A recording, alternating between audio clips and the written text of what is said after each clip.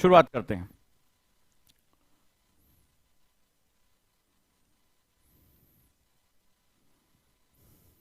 सबसे पहले एनसीईआरटी से ही पूछ लेते हैं कि भाई ये बेस नॉलेज, अंडरस्टैंडिंग नॉलेज होती क्या है।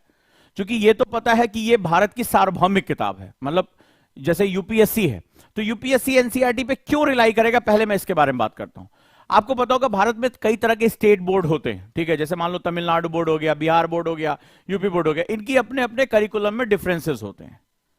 एनसीईआरटी जो है वो आपको पता होगा कि ऑल इंडिया लेवल पे वो एक सार्वभौमिक जो है, एक यूनिवर्सल हमें एक बोर्ड देता है, यानी कि वो पाठ्यक्रम करिकुलम सेम देता है। अगर मैं किसी बोर्ड को बेस करता हूं तो वहां भेदभाव का आरोप लगेगा। अब ऑल इंडिया सर्विस का एग्जाम लेने जा रहा है यूपीएससी, क्या है, ऑल इंडिया सर्विस का वो एग्जाम हमसे लेने, अब लॉजिक समझते जाओ, ऑल इंडिया सर्विस का एग्जाम लेने जा रहा है, तो वो बिहार बोर्ड की किताब, यूपी बोर्ड की किताब, एमपी बोर्ड की किताब, इन पे वो फोकस, राजस्थान बोर्ड की किताब इन पे फोकस नहीं करेगा, क्योंकि ऑल इंडिया लेवल पे वो सार्वभौमिक नहीं है, कहीं कुछ पढ़ाया जा रहा, कहीं कुछ पढ़ाया जा रहा। बड़ा ध्यान से आप समझो। अब यहां पर जो होता है, यूपीएससी को चाहिए एक यूनिवर्सल, जो पूरे भारत में, पैन इंडिया में, जो एजुकेशन पे जिसपे भेदभाव का आरोप ना लगे, उसके लिए जो सबसे उपयुक्त किताब है वो है एनसीईआरटी। लेकिन एनसीईआरटी क्यों, ये भी आप समझ लो। क्या होता है कि एनसीईआरटी, आपको पता है कि जब भारत सरकार जो है वो राष्ट्रीय पाठ्यक्रम यानी नेशनल एजुकेशन करिकुलम बनाती है, तो उसमें एक शिक्षाविद, जो जाने माने एमिनेंट लोग होते हैं अपने अपने फील्ड के, उनका एक समूह बनता है, ठीक है। और वो जो ग्रुप होता है वो डिसाइड करता है कि किस क्लास के बच्चे को क्या पढ़ाया जाना चाहिए, और वो डिसीजन लेता है जो भारत की जो नीतियां होती है एजुकेशन की उसके अनुरूप, ठीक है, ध्यान से समझना। तो भारत की नीति के अनुरूप होती है, या according to the education policy of India. और इस पर विषय विशेषज्ञ की क्या सिखाया जाना चाहिए, एजुकेशन का पर्पस क्या होता है, इसके अकॉर्डिंग वो बुक बनाई जाती है, और वो जो सारे क्राइटेरिया वो एनसीईआरटी की किताबों में पूरा होता है। अब यूपीएससी ऑल इंडिया सर्विस पे आपका सिलेक्शन करना चाहते तो उसको एक सोर्स चाहिए, भाई आप पढ़ने के लिए कोई तो आपको सोर्स चाहिए, तो वो सोर्स सबसे बेस्ट सुटेबल जो है वो राष्ट्रीय शिक्षा पाठ्यक्रम के अनुरूप, भारत की शिक्षा नीति के अनुरूप, जो विद्वानों की कमेटी है उसके अनुरूप एक ही सेगमेंट मिलता है, और वो होता है यूपीएससी के लिए एनसीईआरटी।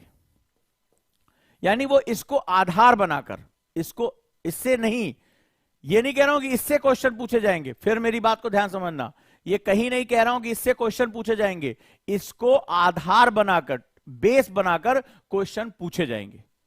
क्यों? क्योंकि यूपीएससी को आपका इंटेलेक्ट चेक करना है, आपकी इंफॉर्मेशन नहीं। अब आप कहेंगे साहब हमारी इंफॉर्मेशन चेक नहीं करेगा, हमारा इंटेलेक्ट चेक कर रहा है, हमारी बुद्धिमत्ता चेक करना चाहता है।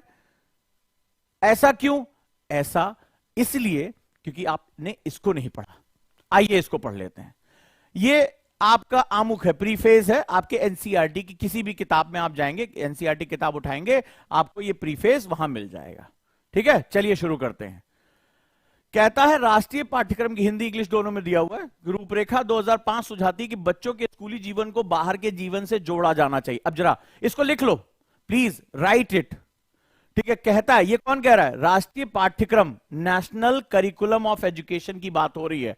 नेशनल करिकुलम ऑफ एजुकेशन कहता है कि जो स्कूली जीवन है को बाहर के जीवन से जोड़ा जाना चाहिए, यानी जो एजुकेशन है प्लस जो एप्लीकेशन ऑफ लाइफ है, ये दोनों कनेक्ट होने चाहिए। बड़े ध्यान से इसको सुनते जाओ, और प्लीज हो सके तो लिख लो, प्लीज हो सके तो लिख लो, बड़ा एहसान करोगे मेरे ऊपर, चाहे कहीं भी पढ़ो मेरे भाई, बस आज की क्लास लिख लो, तुम्हारे जीवन भर काम आएगी। क्योंकि यूपीएससी जो है वो एक डिमांड सप्लाई का एग्जाम है। फिर से कह रहा हूं प्रभु, ये डिमांड सप्लाई का एग्जाम है, डिमांड सप्लाई का एग्जाम है। फिर से कह रहा हूं, अच्छा मान लो तुम यहां डिमांड कर रहे हो एनसीईआरटी की, और मैं तुम्हें कविताएं सुनाना शुरू करूं रामधारी सिंह दिनकर की। अच्छा, मैं 1 घंटा पूरे घड़ी देखकर कविताएं सुना रहा हूं, और तुम यहां आए थे ज्योग्राफी पढ़ने के लिए, और तुम ज्योग्राफी पढ़ने के लिए, और मैं तुम्हें कविताएं सुनाना शुरू कर दूं, तो मैं भी अपना काम कर रहा हूं, तुम भी वहां बैठे सुन रहे हो, लेकिन क्या डिमांड सप्लाई मैच कर रही है? नहीं कर रही है।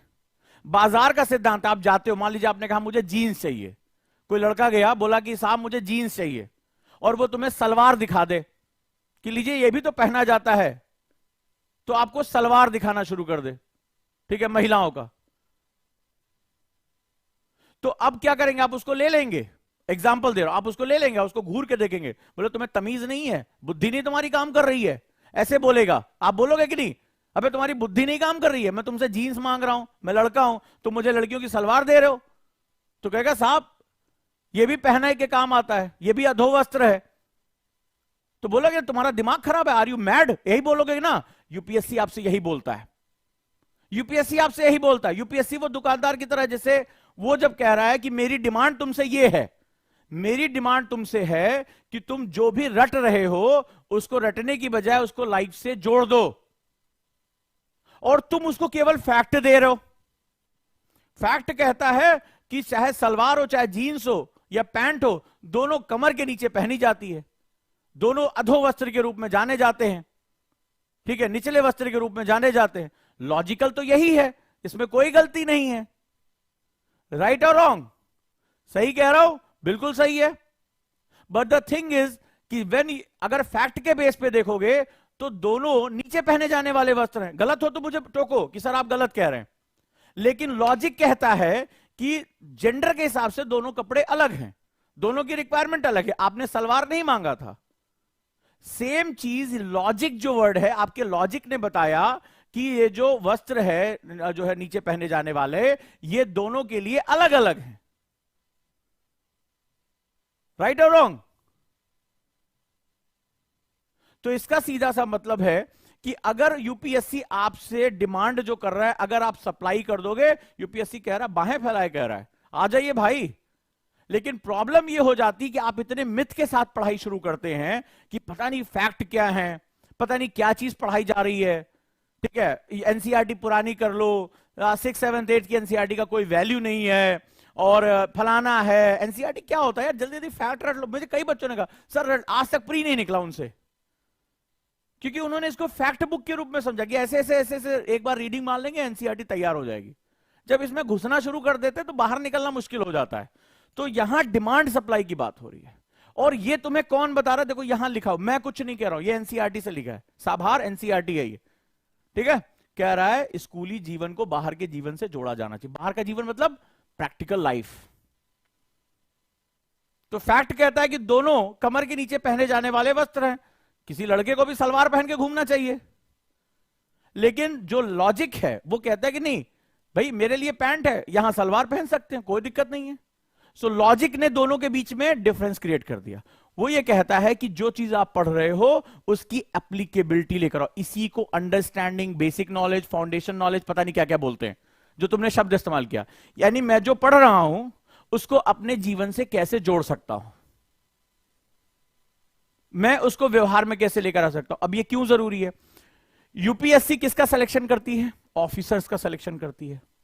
ठीक है, IAS, IFS, IRS, IPS, IRTS, ये ऑफिसर्स का सिलेक्शन करती है। क्लियर? इनको क्या काम करना होता है?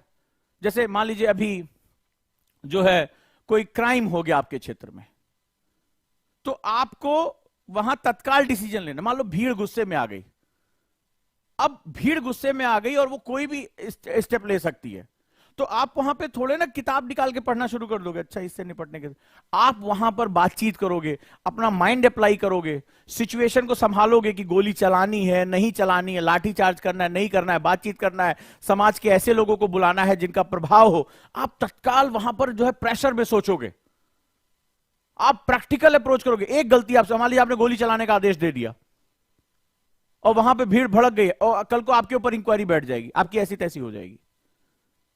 तो इस कंडीशन में जो सबसे इंपॉर्टेंट फंडामेंटल है वो ये है कि आपको ये पूरी जो सर्विस है आपकी यूपीएससी की, चाहे आप स्टेट पीसीएस से जाएं, चाहे ये लोक सेवा है, समझो इसको। और लोक यानी कि जनता, पब्लिक सर्वेंट आप बनने जा रहे हो। तो पब्लिक सर्वेंट के रूप में जो पब्लिक है वो आपका लैब है, और वहां पर कई बार जो है वो सेट बिहेवियर से काम नहीं होता है। भीड़ कौन सा स्टेप उठा ले, कई बार आपने देखा सड़क पर किसी की मृत्यु हो गई तो जाति समूह इकट्ठा हो गए एक साथ कई लोग, और उनका कि हम जो है वो हाईवे जाम कर रहे हैं, सबको यहीं पड़े रहने देंगे। पीछे से कोई एम्बुलेंस आ रही है, अब वो उस जाम में फंस गई, ये कह रहे हैं हम नहीं जाने देंगे।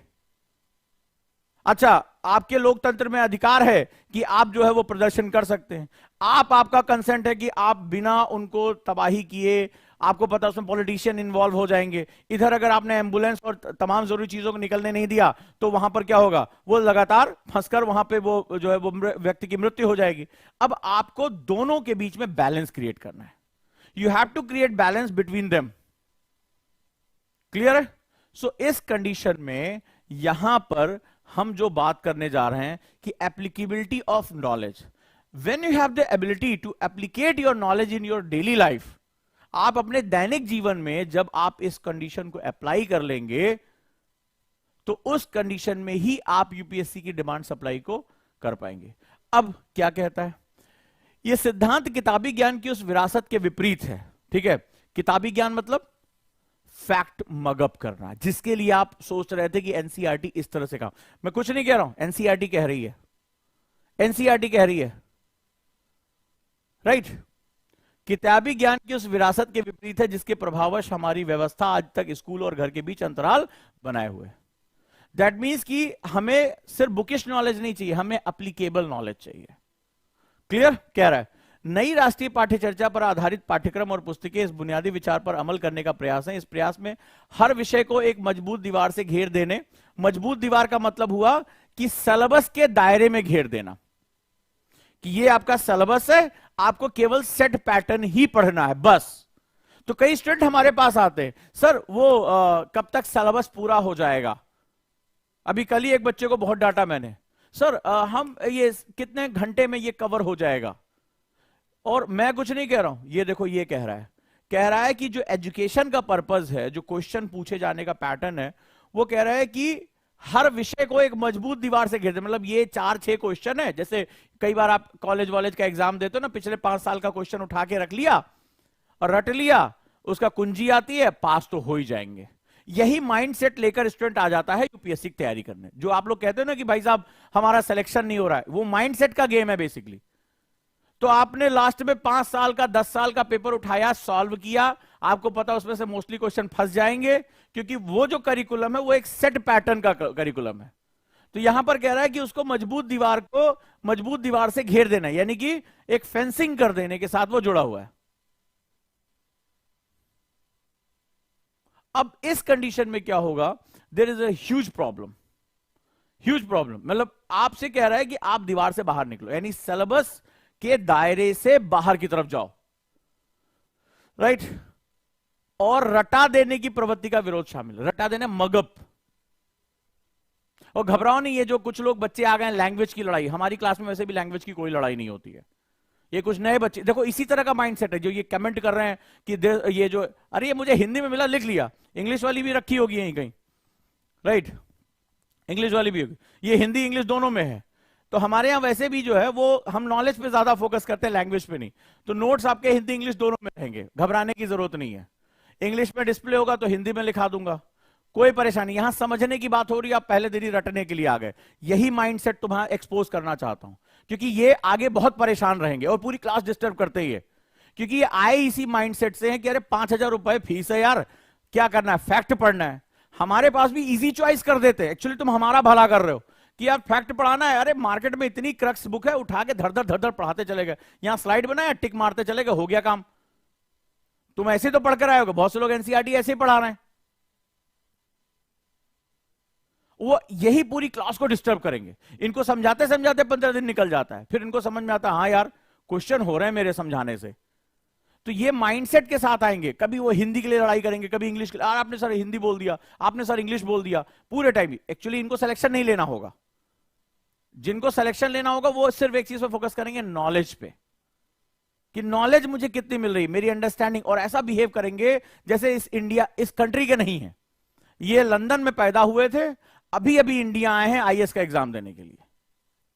सो they behave like oh my god he spoken Hindi, इस तरह से बिहेव करते हैं वो, और इनको इस पे बड़ा फक्र महसूस होता है।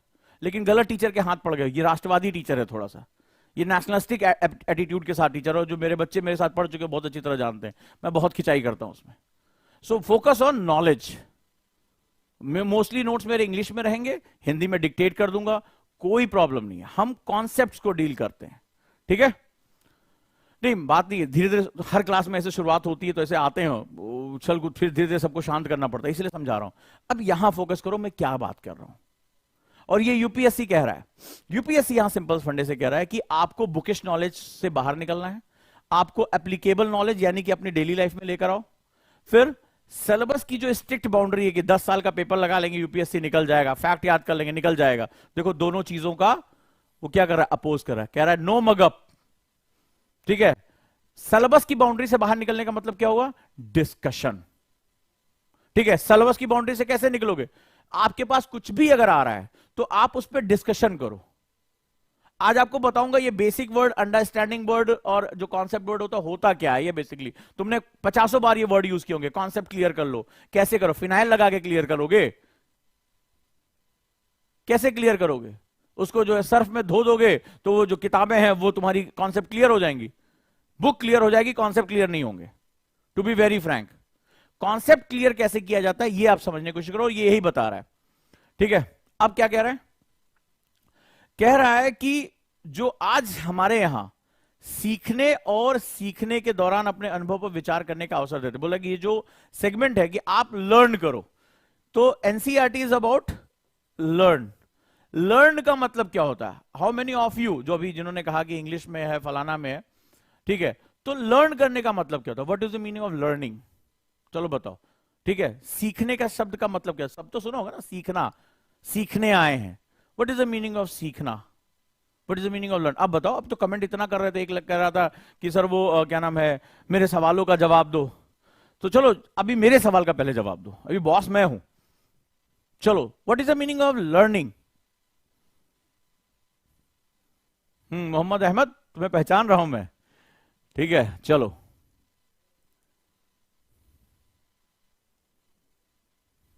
The first step of learning is questioning. Until unless तुम तब तक, जब तक तुम क्वेश्चन नहीं कर सकते तब तक तुम सीखने की शुरुआत नहीं कर सकते। And the learning is not a destination, learning is a process, एक प्रक्रिया है। ये देखो लिखा हुआ है, सीखने की नीचे लिखा हुआ है, प्रक्रिया है सीखने की। तुम लोग के पास एनसीईआरटी की कोई किताब है, कोई 6, 7, 8, 9, 10 कुछ भी है, खोल लो ये पेज, खोल लो ये पेज और देखते जाओ क्या लिखा हुआ है। इसी में सारा मिराकल है, इसी में तुम्हें पता चल जाएगा कि सिलेक्शन क्यों नहीं होता। जितने बच्चे मुझे सुन रहे हैं आज वो क्लियर कर लें, सिलेक्शन कैसे होगा ये बाद में बात करेंगे, आज कंफर्म कर लो कि सिलेक्शन कैसे नहीं होता, ये कंफर्म करके चले जाओ। तो जो इसके बच गया उसकी वजह से सिलेक्शन नहीं होता, बस इतना कर लो कि this is the learning. Learning start होती क्वेश्चन से। हम आज तक यहां, ठीक है, हम जब बंदर थे, होमोसेपियन से पहले हमने क्वेश्चन पूछा, क्या हो रहा, ऑब्जर्वेशन। क्वेश्चन कब पूछा जाता है, ऑब्जर्वेशन से। ऑब्जर्वेशन स्टेप समझो। If you want to learn anything, मान लो आपका टारगेट है लर्न करने का, मुझे सीखना है, मुझे सीखना है, ज्योग्राफी क्या है, पॉलिटी क्या है।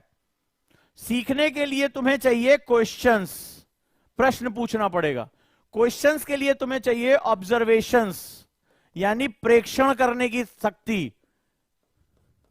ऐसे बचपन से लेकर तुम आज तक ऐसे सीख के आए हो, और क्वेश्चन को स्टिमुलेट करते हुए प्रोसेस को एस्टैब्लिश कर दोगे तो लर्न कर जाओगे। दिस इज द प्रोसेस, ये है वो, राइट। ऑब्जर्वेशन। तो बेसिकली हमें जो आंखें दी गई थी, जब हमने देखा कि भाई, जब शुरुआत में हम जानवरों के रूप में थे तो आग की खोज ने हमें बहुत बड़ा थ्रेशोल्ड दिया।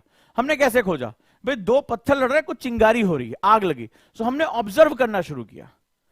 हमने देखा सबसे पहले, फिर क्वेश्चन पूछा, फिर जब क्वेश्चन पूछा कि यार ये टक्कर से क्या हो रहा है, आग लग रही है, हमारी क्यूरोसिटी जगती है, तो क्वेश्चन मतलब क्यूरोसिटी। फिर हमने देखा कि यार ये बार बार अगर लड़ रहे हैं, गिर रहे हैं, तो इससे कुछ चिंगारी पैदा हो रही है। एंड हमने उस प्रोसेस को जान लिया। जैसे ही प्रोसेस को हमने जान लिया, आग हमने खोज ली। और मेरे स्टूडेंट अगर हो गए तो मैंने सेपियंस की कहानी तुम्हें सुनाई थी कि इस आग के आविष्कार ने कितना बड़ा क्रांतिक, मतलब आज हम जो सीधे खड़े हैं, हमारे पास दिमाग है, उसके पीछे सबसे बड़ा प्रोसेस वही था, पढ़ाया था तुम लोगों को। तो आप क्या करोगे, आप सीख जाओगे, learn. So this is the fundamental. लेकिन अब क्वेश्चन एक और है मेरा कि हम प्रेक्षण कब करते हैं, ऑब्जर्वेशन हम कब करते हैं, यही तुम सीख जाओगे। अगर तुम आज मेरी क्लास से इतना भी सीख के चले गए तो ये तुम्हारी जिंदगी का लर्निंग पॉइंट है, टर्निंग पॉइंट होगा तुम्हारी तुम्हारी पूरी लाइफ का। आईएएस बनने के बाद भी तुम्हें बहुत से जो ट्रेनिंग सेशन लेने होंगे, बहुत आज तुम खाली इतना सीख जाओ। हम ऑब्जर्वेशन कब करते हैं, बताता हूं क्यों।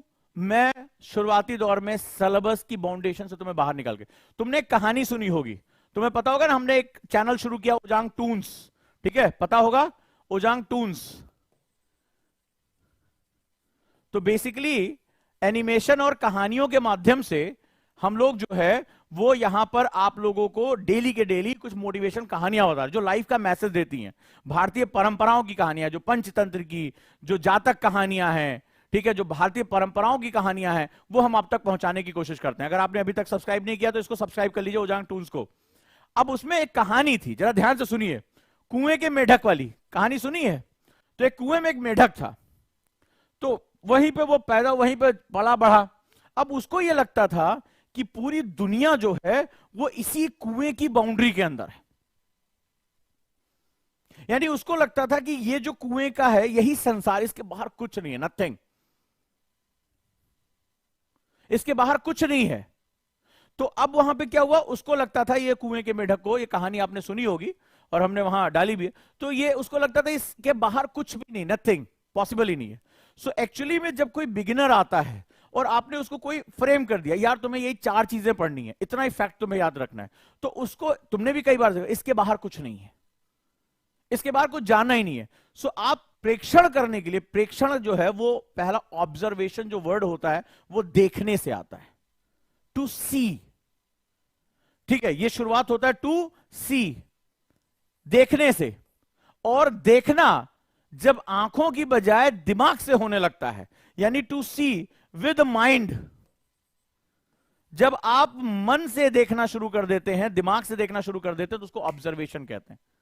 जैसे सेब पहले भी गिर रहा था, गिर रहा है, गिर रहा है, गिर रहा है, गिर रहा है, एक व्यक्ति बैठा, उसके सर पर सेब गिरा, तो उसने सेब गिरा तो उसने क्या किया, उसने, इससे पहले भी कितने लोग थे उनके सामने सेब गिर रहा था, कभी नहीं सोचा गिर रहा है, गिरने तो खा लिया गप से।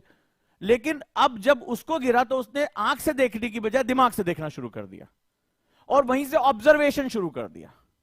तो जब सबसे पहले उसने अपने दिमाग से देखना शुरू कर दिया, यानी कि with the mind, life changing बात बता रहा हूं तुम्हें, तो जब उसने ऑब्जर्वेशन किया तो उसने क्वेश्चन पूछा कि नीचे ही क्यों गिरा, तो जब नीचे ही क्यों गिरा तो उसने प्रोसेस ढूंढ लिया कि इसको ग्रेविटेशनल फोर्स कहते हैं, और पूरी दुनिया न्यूटन की फिजिक्स से परिचित हो गई। राइट और रॉन्ग?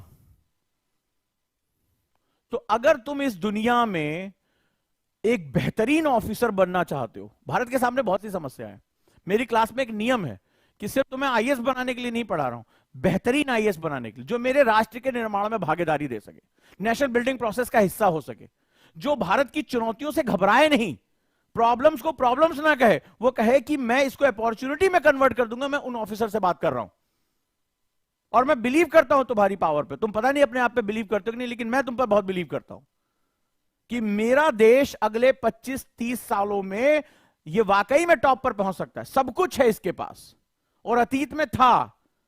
बस सवाल है कि हमें ऐसे ऑफिसर चाहिए जो खड़े हों और कह सके कि मैं इन प्रॉब्लम्स का सॉल्यूशन लाने के लिए तैयार हूं। इतना आत्मविश्वास चाहिए, और यह तब हो पाएगा जब तुम प्रॉब्लम्स को ऑब्जर्व करना शुरू कर दो। तो एक ने कहा भारत की आबादी बहुत बड़ी प्रॉब्लम है, अरे यार 1 अरब 40 करोड़ से ज्यादा लोग हैं, कुछ नहीं हो सकता है, भूखे नंगे रहेंगे। एक ने उसको ऑब्जर्व किया और ऑब्जर्व करके बोल दिया, ओके ये भारत का डेमोग्राफी है, ये भारत की श्रम शक्ति है, अगर इसको हम स्किल्ड कर दें, अकॉर्डिंग टू द मार्केट तैयार कर दें, तो पूरी दुनिया का बिजनेस हम खींच सकते हैं, पूरी दुनिया का उपभोग लेकर आ सकते हैं, अगर हम इसकी पर कैपिटा इनकम बढ़ा दें तो। और आज देखो, आज भारत को डेमोग्राफिक डिविडेंड कंट्री कहा जाता है, आज भारत को सबसे ताकतवर मार्केट कहा जाता है। आज का पेपर उठा के देख लो कि G20 समिट हो रहा है और इधर हम अपने टूरिज्म को आगे बढ़ाने की बात कर रहे हैं। कि पूरे दुनिया का जो है वो जो टेररिस्ट जो कह रहे हैं टूरिज्म जो है वो भारत आए, और टेररिस्ट को हमने उठाकर बाहर कर दिया कश्मीर से कि हम हर जगह शांति लेकर आ रहे हैं। जो हमारा डिस्प्यूटेड एरिया था, टेररिस्ट के बाहर जाओ, हम अपने उस एरिया जो कश्मीर है हमारा, हम उसको भी फ्लरिश कर रहे हैं। हम वहां पर भी जो सिनेमा हॉल लेकर आ रहे हैं, वहां फिर से फिल्मों की शूटिंग शुरू होगी। ये हमारी पावर है। तो ये जो चीजें हो रही हैं ये वो है। एक ने कहा भारत की आबादी कुछ नहीं हो सकता, भूखे नंगों का देश रहेगा, इतनी बड़ी आबादी का पेट नहीं भरा जा सकता। एक ये भी दृष्टिकोण था, आबादी उतनी है। एक ने कहा ये डेमोग्राफिक डिविडेंड है, पूरी दुनिया को ह्यूमन रिसोर्स सप्लाई कर सकते हैं, पूरी दुनिया में हमारी तूती बोल सकती है। आज बोल रही है, तमाम दुनिया के जो सीईओज इंडियंस हैं। आज ये हालत हो गई कि इंडियंस को जो है पूरी दुनिया के लोग, पहले भारत में ही होता था, अब पूरी दुनिया में जो है लोग डर रहे हैं भारतीयों से, उनका विरोध करना शुरू कर देना है। तो विरोध भी उसी का होता है जो अपना रास्ता खुद बना लेता है। कल तक हम एक नस्लीय सभ्यता के नीचे दबे हुए लोग थे, गुलाम लोग थे, जो यूरोप के नीचे जो दबे हुए थे। आज हमने उस गुलामी की जंजीरों को तोड़ दिया है। आज हम अपना वैभव बता रहे हैं। हम कह रहे हैं तुम्हारा कोको कोला हो गया, पेप्सी हो गया, तुम्हारा माइक्रोसॉफ्ट हो गया, गूगल हो गया, सब हमारे दम पे चलेगा। तुम्हारा मेडिकल सिस्टम हमारे दम पे चलेगा। तो हमारी उस प्रतिभा से पूरी दुनिया में बेचैनी होने लगी है।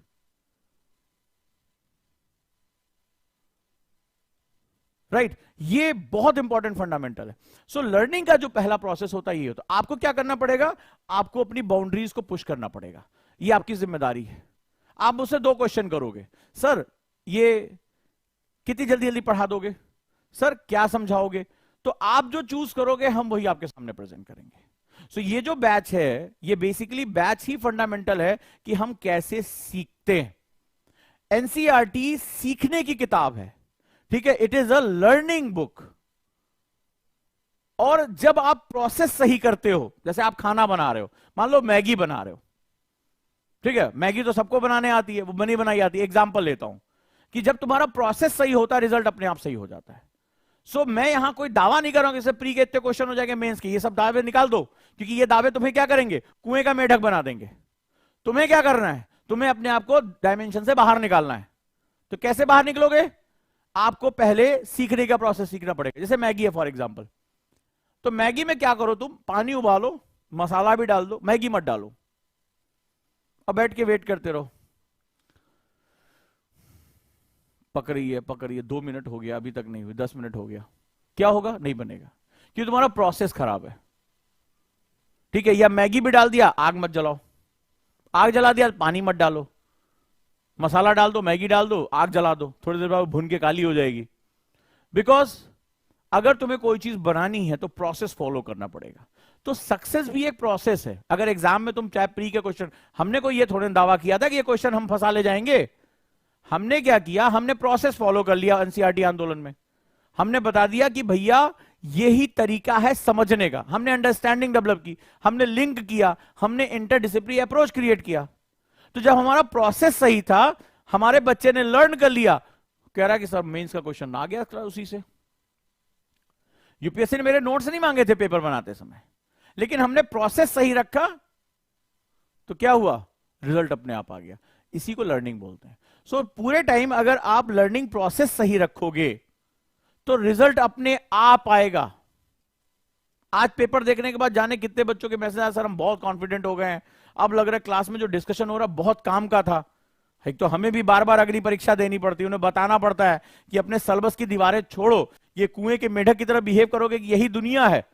मेरा दोस्त वो फलानी जगह पढ़ रहा है, उसके यहां इसे 10 पेज पे लिखा है फैक्ट कि हिमालय की ऊंचाई इतनी है, ठीक है, कंचनजंगा की ऊंचाई इतनी है, और वो देखिए सर कितना खुश हो रहा है। आप ये जो पहाड़ों की ऊंचाई बता ही नहीं रहे, आप बता रहे बन कैसे रहा है, इसका जियो पॉलिटिकल इंपॉर्टेंस क्या है, इसका हिस्टोरिकल इंपॉर्टेंस क्या है। सर वो ऊंचाई लिखवा ही नहीं रहे, आप नदी का नाम लिखवा ही नहीं रहे, आप बता रहे हैं कि नदियों में प्रॉब्लम क्या हो गई है, कैसे हमारी वाटर सिक्योरिटी डिस्टर्ब हो रही है, कैसे इससे जो है इंटरनेशनल रिलेशनशिप जो है हमारे लिंक है। तो आप ये घबराना शुरू कर देते हो, आप उससे कंपैरिजन करते हो।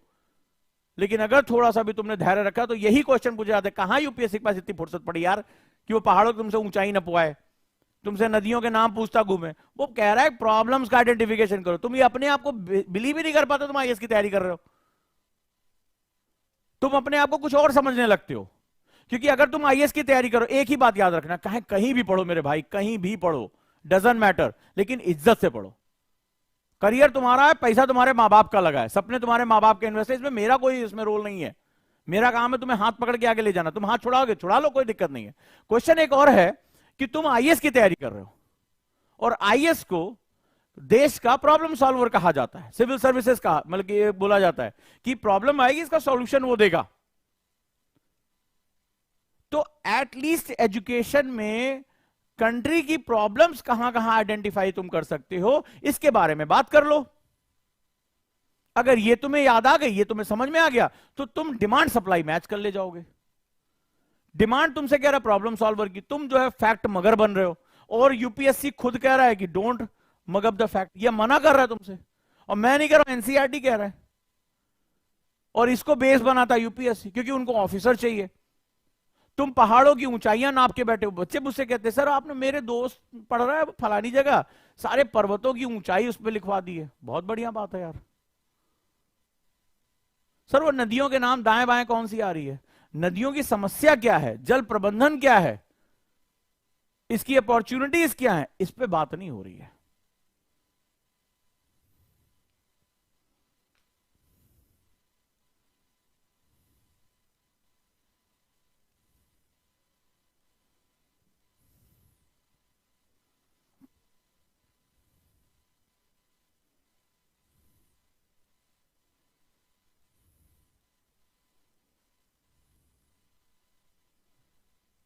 अब देखो हर चीज में कई डिस्प्यूट, जैसे किसी ने कहा वीडियो की क्वालिटी अच्छी कर दीजिए, अब कोई कह रहा है कि भैया मेरा नहीं चला, वीडियो की क्वालिटी कम कर दीजिए, तो सबके हिसाब से तो चलना बड़ा मुश्किल है। ठीक है, तो अब ये जो कह रहा है वो आप यूपीएससी को समझना शुरू करिए कि हाउ यूपीएससी बिहेव। तो यूपीएससी क्या कर रहा है, सबसे पहले आज हमने जो सीखा डिमांड सप्लाई सीखा, कि अगर आप उस जो एग्जाम आपका ले रहा है उसकी अगर आपने डिमांड पूरी कर दी, आपको बड़े प्यार से उठा के लेके जाएगा। और आप अपने दम पे चलोगे, नहीं यार हम तो यार हमारा दोस्तवा ऐसा पढ़ता है, फलनवा बड़की वाली कोचिंग में पढ़ रहा है, वहां पे लिखवा रहे, तो फिर वो जब कंपैरिजन करोगे तो कहीं नहीं जा पाओगे। दूसरा, मैंने आपको एग्जैक्टली यूपीएससी जो एनसीईआरटी कह रहा है कि हमारा जो करिकुलम है वो क्या कह रहा है, वो कह रहा है कि एजुकेशन को एप्लीकेशन के साथ जोड़ो। How can you use into the your daily behaviour. जैसे एक बच्चे ने भी क्वेश्चन पूछा कि हम मार्केट जो है वो दुनिया भर की कंपनीज भारत के दम पे अपना काम चला रही हैं, ये क्या है, ये क्वेश्चन पूछा उसने। क्वेश्चन पूछना शर्त है, जरूरी नहीं कि आज ही उसका आंसर उसको मिल जाएगा। जब ये और आगे बढ़ेगा, इकोनॉमिक्स में आगे जाएगा, जियोपॉलिटिक्स में आगे जाएगा, तब इसको और चीजें पता चलेंगी। लेकिन जो ये क्वेश्चन इसने पूछा, अगर ये अपनी डायरी में लिख लेगा बच्चा तो ज्यादा अच्छा रहेगा। क्योंकि आप क्वेश्चन पूछ के भूल जाते हो, आपने यहां टाइप किया भूल गए, आप उसको डायरी में लिखिए पहले, फिर क्वेश्चन पूछिए, एक जिम्मेदारी रखिए, और जब से जैसे हम आगे क्लास में बढ़ेंगे आपको सवालों के जवाब मिलते चले जाएंगे। ठीक है। दूसरा यहां कि ये कह रहा है कि please come out of the your boundaries, ये मैं नहीं कह रहा हूं, ये कह रहा है प्लीज, इसको देखो, ये प्रूव है, मैं कुछ भी अपने आप से नहीं कह रहा हूं। कह रहा है कि आप डायमेंशन से बाहर निकलो, यानी इसको think out of the box बोलते हैं। आज की डेट में तुम लोगों ने देखा होगा ना, स्टार्टअप हो रहे हैं, इनोवेशन हो रहे हैं, तो उनका एक ही होता है think out of the box. तो think out of the box का मतलब क्या हुआ कि आप जो बना बनाया दायरा है उससे निकलकर सोचो। आज इंडियन ब्यूरोक्रेसी पर मेरी बात अगर मान लो, तो आज जो है एआरसी की रिपोर्ट पढ़ लेना, सिविल सर्विसेज सुधार के ऊपर बहुत सी उसमें बातें लिखी गई हैं। और जब सिविल सर्विसेज सुधार के ऊपर जो बातें लिखी गई तो उसमें यह बात कहा गया है कि हमारे ब्यूरोक्रेसी को think out of the box जाकर सोचना पड़ेगा। यानी हमारे जो यंग ऑफिसर्स हैं उनको भारत की समस्याओं का समाधान करने के लिए परंपरागत तरीके से निकलकर इनोवेशन की तरफ जाना पड़ेगा। और कर रहे हैं हम, डेफिनेटली कर रहे हैं, इसमें कोई शक नहीं है।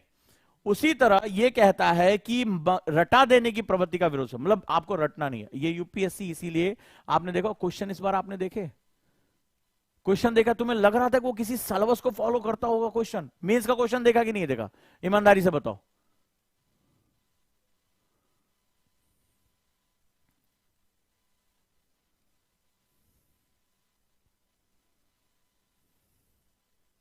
तुम्हें लग रहा था कि वो कोई रटे रटाए सिलेबस का क्वेश्चन है? क्वेश्चन का नेचर, उसका लैंग्वेज तुमने देखा क्या हालत कर दी है? तो देखो इस बार का पेपर, अभी एग्जाम चल रहा है, जब तक आप यूपीएससी का पेपर नहीं देखो, मैं पहले कहता हूं पेपर देखो। और मैं तो अपनी क्लास में जो बच्चे मेरे साथ पढ़ चुके, मैं तो कहता हूं मुझे टेस्ट करो यार, मैं पढ़ा रहा हूं, पेपर उठाओ, देखो हो रहे कि नहीं क्वेश्चन। अगर हो रहा है तो मेरे साथ पढ़ो, नहीं तो भागो, छोड़ो यहां से, जाओ।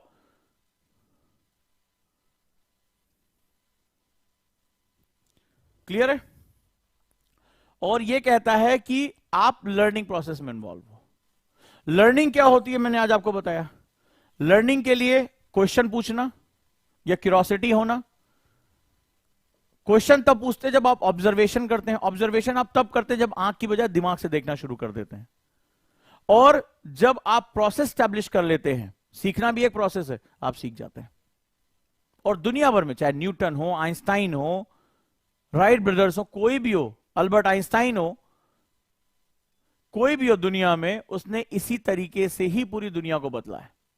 ऑब्जर्व किया, क्वेश्चन पूछा, ऑब्जर्व किया, प्रोसेस स्टैब्लिश किया और दुनिया को एक नया ज्ञान दे दिया। यही तरीका होता है।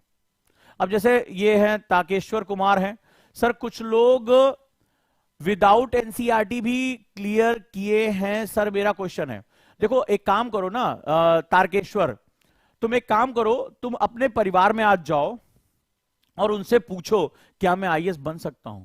मैं गारंटी के साथ कहता हूं, अपने फूफा से जरूर पूछना, मौसा से पूछना, चाचा से पूछना, दूर के रिश्तेदार से पूछना, अपने पुराने जो है भैया जो कभी तैयारी करने गए थे और उनका नहीं हुआ, उनसे तो जरूर पूछना कि क्या मैं आईएएस बन सकता हूं। मैं तुम्हें गारंटी के साथ कहता हूं दोस्त, 90% लोग तुमसे कहेंगे तुम्हारा सिलेक्शन नहीं होगा, नहीं होगा। कह देंगे तुम्हारे अंदर ऐसी कोई बात नहीं है कि तुम्हारा सिलेक्शन हो जाए। तुम करके देखना, नाम बदल देना मेरा, अगर जो है तुम ना तुम्हें जवाब मिले। और फिर मैं तुमसे एक क्वेश्चन कहूंगा कि जब वो 90% लोग तुमसे ये कह रहे हैं कि तुम्हारा नहीं होगा, मैथमेटिक्स के हिसाब से वो बहुमत में है, तो तुम छोड़ दो तैयारी। छोड़ दोगे? तारकेश्वर जी तुमसे पूछ रहा हूं, छोड़ दोगे तैयारी?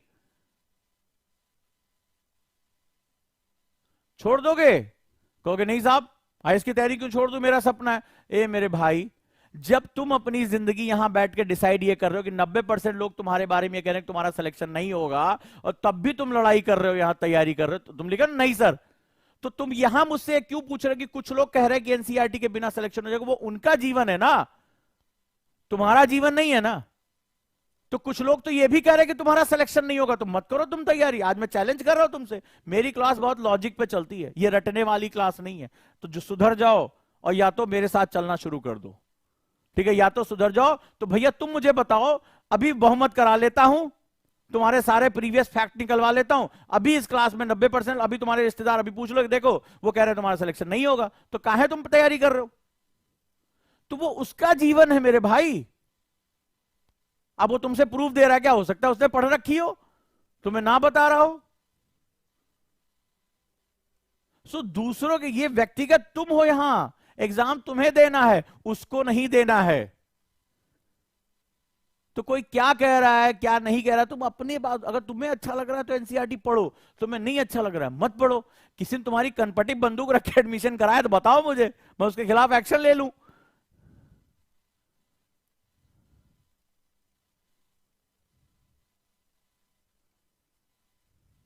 राइट, ये बड़ा जरूरी है।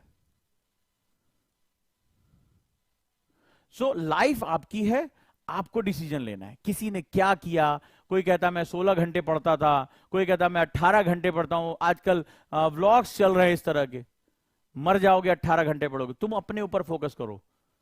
पड़ोसी के यहां क्या हो रहा है इससे तुम्हें कोई लेना देना नहीं है, focus on your own self. तुम एग्जाम दोगे, प्रेशर तुम्हें डील करना है, करियर तुम्हारा बनेगा या बर्बाद होगा, सो इट्स ओनली यू। तो अपने दिल की सुनना शुरू करो। तुम्हें अच्छा लग रहा है पढ़ो, नहीं अच्छा लग रहा है, प्रूफ तुम्हारे सामने है, नहीं अच्छा लग रहा है, अरे छोड़ो, जाने दो यार। तुम्हें लॉजिक नहीं पसंद है, तुम्हें फैक्ट पसंद है, तुम्हारी डिमांड है, छोड़ो इस बैच को, मारो गोली यार। ऐसा पास ही हो जाएंगे तो फेल कौन होगा भाई मेरे? तो ये बताओ। तो आखिर हम जो होते हैं अपनी चॉइसेस से मिलकर बने होते हैं। तो तुम्हारी चॉइस अगर करप्ट है तो इसी तरह से रहोगे, कोई टेंशन नहीं है। सो मेरा जो जर्नी होगी एनसीईआरटी की, वो बेसिकली लॉजिक पे होगी, और लॉजिक स्वीकार करना थोड़ा सा मुश्किल होता है।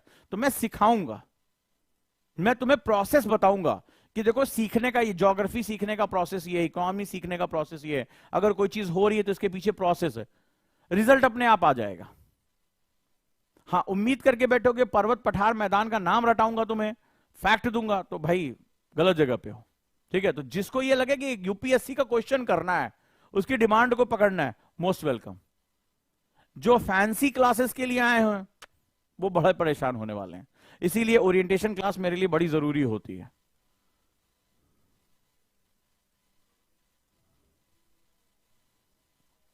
और तारकेश्वर जी, एक और छोटी सी बात कह रहा हूं, इन्हीं को बेस बनाकर सबसे कह रहा हूं, आप कौन से एग्जाम की तैयारी करने जा रहे हो?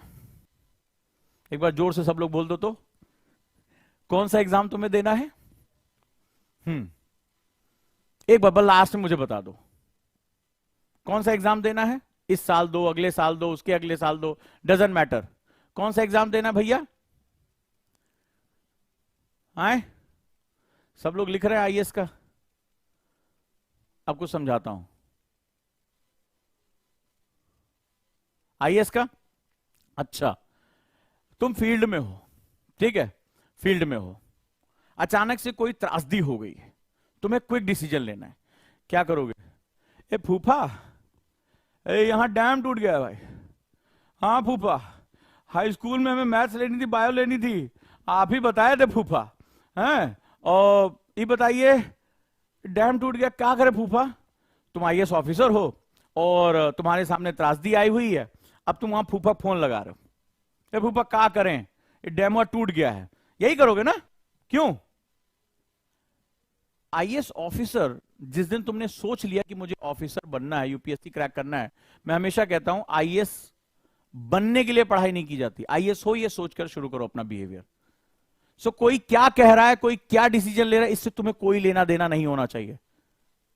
ये सब आज से पहले छोड़ दो कि वो फलाने कह रहे थे, वो डिसीजन ऐसा था, ये डिसीजन ऐसा था ना। यहां तुम्हें डिसाइड करना है कि तुम्हारी लाइफ है, और अगर तुम अपने डिसीजन की जिम्मेदारी नहीं ले सकते, मैं तुमसे कह रहा हूं यूपीएससी की तैयारी मत करना। मैं तुमसे कह रहा हूं मत करना, क्योंकि ये पूरा व्यक्तित्व ही तुम्हारे डिसीजन मेकिंग पे डिपेंडेंट है। If you are fearful guy, तुम डरपोक हो, you can take responsibility of your decision, इस सर्विस में मत आना। अगर क्रैक भी हो गया तो जिंदगी भर डिप्रेशन का शिकार रहोगे।